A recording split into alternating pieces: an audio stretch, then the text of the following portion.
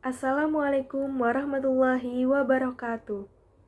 Yang saya hormati kepada Ibu Suci Muanifah selaku dosen pengampu mata kuliah internal audit. Izin kami mempresentasikan hasil kerja kelompok kami guna memenuhi nilai tugas akhir.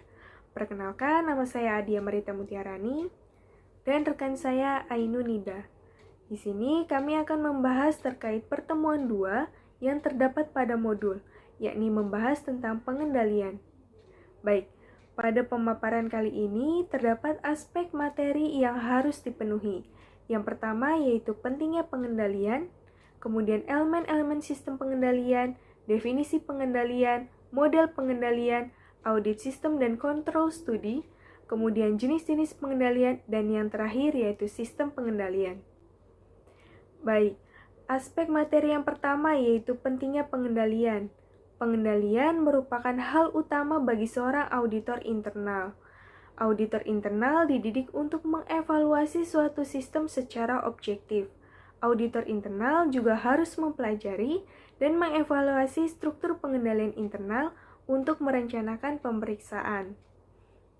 Pengendalian ini memiliki peranan yang penting di dalam mencegah penggelapan laporan keuangan, terutama bagi perusahaan yang berskala besar dan go publik. Nah, di sini lingkungan pengendalian merupakan elemen yang penting bagi auditor internal untuk menetapkan risiko pengendalian. Manajemen memiliki 4 kategori pengendalian internal yang dibentuk oleh entitas. Yang pertama, tersedianya data yang dapat dipercaya. Kemudian yang kedua, pengamanan atas harta perusahaan dan sistem pencatatan. Kemudian yang ketiga, mempromosikan efisiensi dalam bidang operasional. Kemudian yang terakhir yaitu menyarankan dipatuhinya semua kebijakan yang tertulis. Baik, pada aspek materi yang kedua yaitu membahas tentang elemen-elemen sistem pengendalian. Di sini COSO memperkenalkan adanya 5 komponen utama dalam pengendalian internal, yaitu yang pertama ada lingkungan pengendalian, yang kedua ada penilaian risiko, yang ketiga ada prosedur pengendalian, kemudian yang keempat ada monitoring atau pemantauan, kemudian yang terakhir yaitu ada informasi dan komunikasi.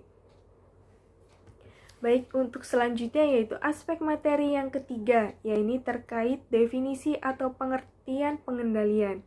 Di sini, menurut George A. Bennett, sistem pengecekan internal sebagai koordinasi dan sistem akun-akun prosedur perkantoran yang berkaitan. Sedangkan menurut berdasarkan IHPA Committee on Auditing Procedure, yaitu pada tahun 1949 mendefinisikan pengendalian internal ini berisi rencana organisasi dan semua metode yang terkoordinasi dan pengukuran-pengukuran yang diterapkan oleh perusahaan. Sekian materi dari saya, selanjutnya akan dilanjutkan oleh rekan saya, yaitu Ainu Nida. Terima kasih Saudara Adia. Di sini saya akan melanjutkan materi terkait pengendalian, di mana materi yang pertama yaitu tentang hal-hal yang harus diperhatikan supaya laporan keuangan tersebut andal dan aman. Untuk yang pertama yaitu manajemen memberikan otorisasi umum dan khusus dalam pelaksanaan transaksi.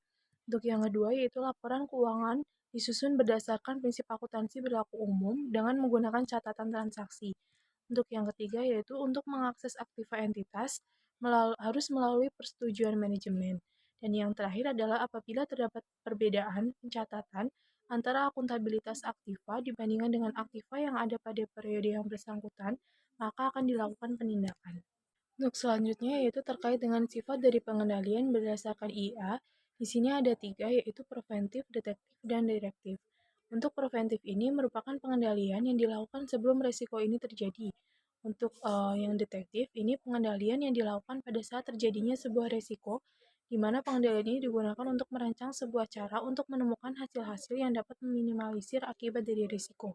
Untuk yang ketiga adalah direktif, di mana pengendalian direktif ini merupakan pengendalian yang diambil setelah terjadinya risiko.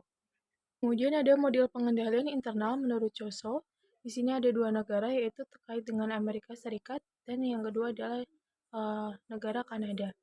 Untuk yang di Amerika Serikat ini, aktivitas pengendalian COSO merupakan aktivitas pemeriksaan tradisional untuk menentukan efisiensi dan efektivitas. di mana ada 4 komponen. Yang pertama adalah pemisahan tugas, kemudian wewenang dan pertanggungjawaban, otorisasi, dan yang terakhir adalah pendokumentasian. Kemudian ada juga di negara Kanada ada 4 komponen, yaitu terkait dengan tujuan, komitmen, kemampuan, pengawasan, dan pembelajaran. Untuk selanjutnya yaitu jenis pengendalian internal, hampir sama dengan sifat dari pengendalian. Di sini ada preventif, detektif, dan korektif. Untuk selanjutnya yaitu filosofi manajemen terkait dengan kemampuan sebuah pengendalian dalam membantu manajemen menyatakan hal berikut. Yang pertama, pengendalian dianggap menjadi sebuah sarana, pengendalian dipandang sebagai alat ukur, kemudian pengendalian dapat memberikan keyakinan yang memadai kepada pemilik saham bahwa manajemen telah menggunakan sumber daya yang dipercayakan kepadanya dengan sebaik-baiknya. Dan yang terakhir adalah ada bentuk-bentuk sistem pengendalian. Untuk yang pertama adalah bentuk sistem pengendalian yang tertutup. Sistem pengendalian tertutup yaitu tidak berinteraksi dengan lingkungan. Sejak pemakaian komputer secara luas, sistem ini sering digunakan.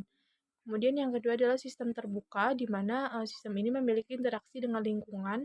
Auditor internal berhubungan dengan kedua sistem tersebut.